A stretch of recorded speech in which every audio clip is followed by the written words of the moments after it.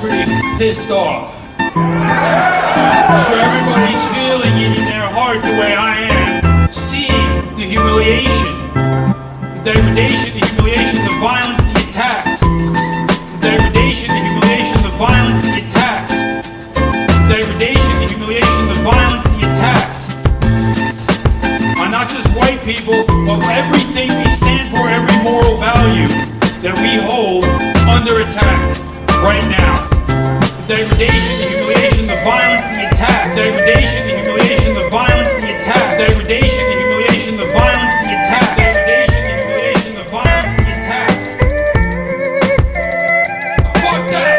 Excuse me. Wake up, man! White person! Man, no white person come down, shut up! He won! Beat it, beat! This is a unprecedented political emergency that is going on in the United States today. And not just America, Europe and the world is under attack. We have to answer this. This cannot go unanswered. This cannot go unanswered. We are here with a response. Fuck that! Excuse me, anarchist rioters, and they apparently just have the right to ambush and attack innocent pedestrians and motorists. That's just their right now. They're just giving that. The government's just decided we're just going to give that to them. No!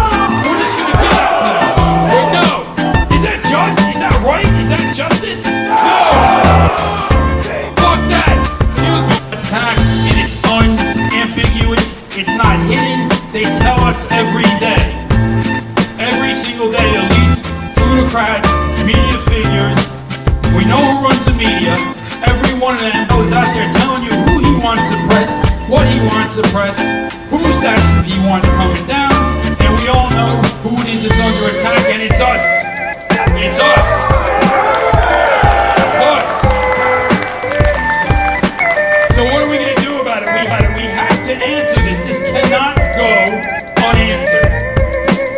This cannot go unanswered. We are here with the response. So what we are here for tonight, we are announcing the formation of a new political party, a new political vehicle that is going to fight for you, for white rights, for our people in America and the world.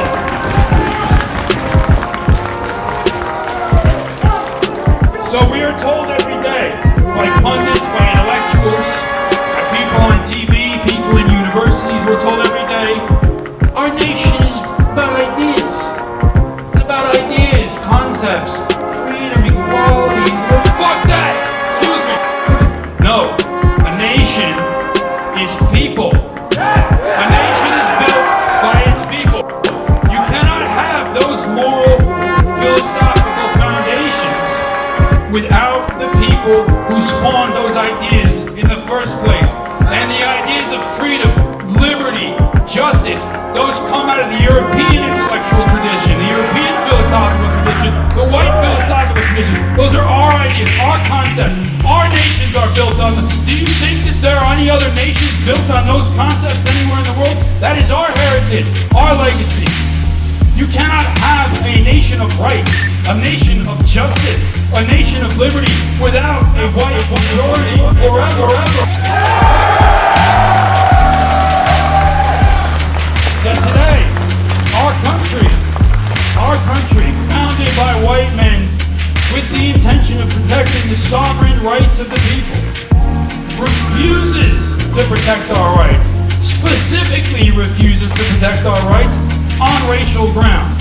Our country, founded by white men with the intention of protecting the sovereign rights of the people, refuses to protect our rights, specifically refuses to protect our rights on racial grounds. Meanwhile, the rights of anarchists, of criminals, and of wealthy plutocrats are totally protected. Yet where are we?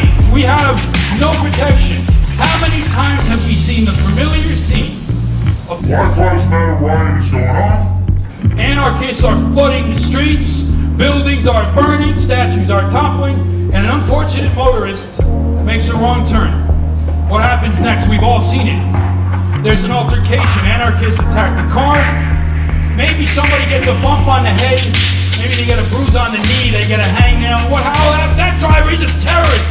White supremacist terrorist. Lock him up. Lock him up. Fuck that. Excuse me. Excuse me. Those men are innocent.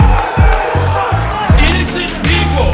Innocent people are getting framed and called terrorists merely for driving in, as is their right to drive on a public street, for driving in and noticing that, wow, okay, the government has now allowed these streets to be taken over by black anarchist rioters, and they apparently just have the right to ambush and attack innocent pedestrians and motorists. That's just their right now. They're just giving that. The government just decided, we're just going to give that to them? No! We're just going to give that to them. But no!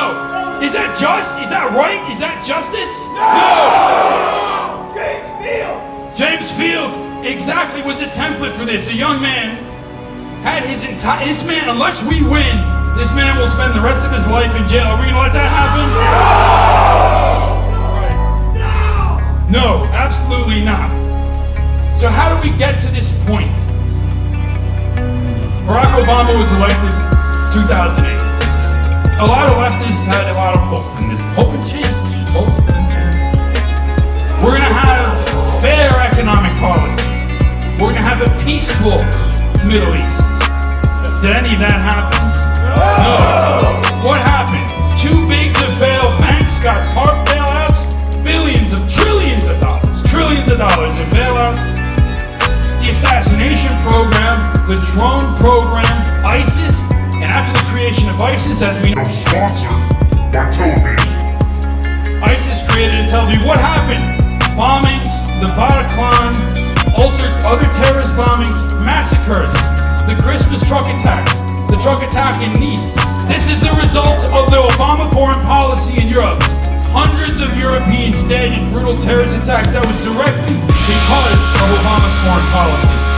Despite all of his claims about being peacefully wins the Nobel Peace Prize, and this is what we get. On top of that, every corporation and bank gets bigger and more powerful as our people are losing jobs, getting addicted to opiates, increasing white debt from hopelessness and despair. All of this as the most fair and just and hopeful president in the generation comes along. So what happens in 2016? It's time for Donald Trump. Now, just like a lot of you in this room, I was pro-Trump at first. He promised us a lot. He seemed to break every rule. We're going to build a wall. We're going to deport illegals. We're going to bring back jobs from China and elsewhere. We're going to get out of the Middle East. We're going to stop with the needless wars in the Middle East. No war on Syria and all such things like that. What's the reality of the Donald Trump presidency? The most president in American history by their own statements. The Golan Heights are now the Golan Heights, the Donald Trump Heights. We have gotten more involved in the Middle East. 2 bombings of a sovereign nation, Syria, they were not at war with. The repudiation of a peace treaty with a sovereign nation, Iran, and other provocations meant to lead to a war in the Middle East. That's the intention of this. On top of that, what happened to the anti-immigration platform? What happened to the deportation of illegal immigrants? Well, figures like Jeff Sessions, Chris Kobach, not only are they frozen out, they've been insulted and humiliated by the White House. They have no room for anybody like that in the GOP of today. Nobody even wants to talk about immigration. They're now talking about increasing H-1B workers. What happens with that? Well, white men that work in the high-tech industry train their replacements, and then guess what happens next week? Well, I'm sorry, we don't need you anymore. Please pack your things. By the way, we have a security guard to escort you out of the building. Is that fair? Is that fair? Is that what we want? Trump was there to take care of the demographic problem, and instead it's only escalated. It's only escalated.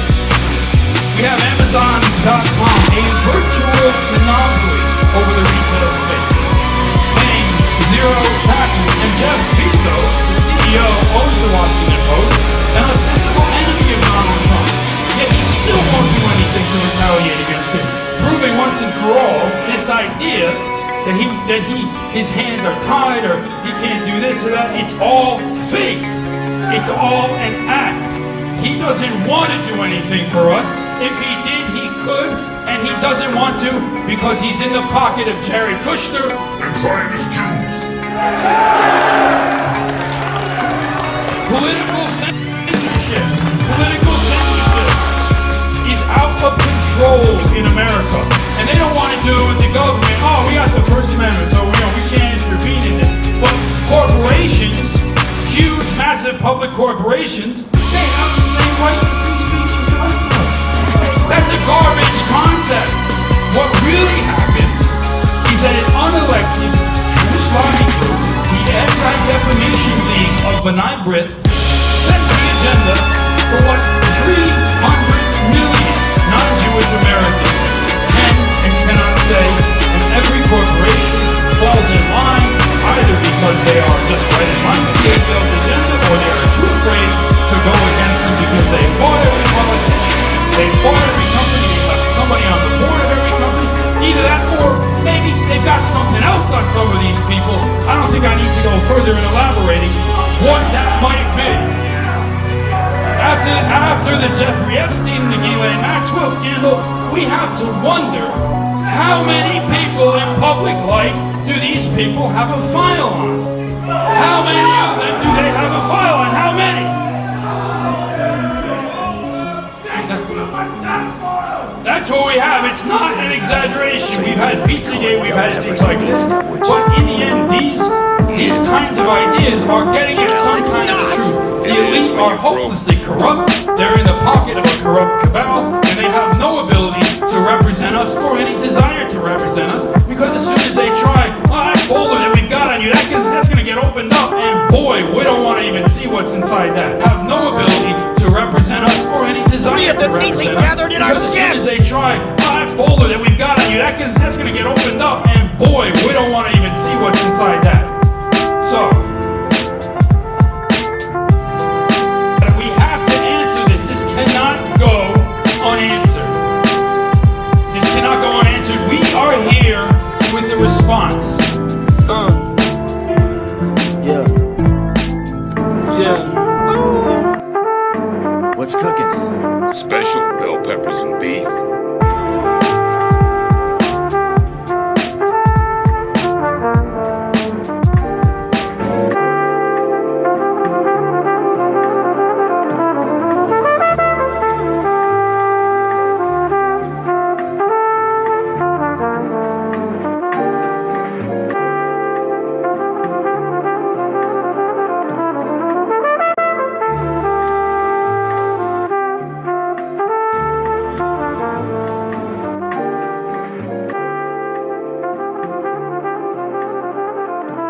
We have to answer this. This cannot go unanswered.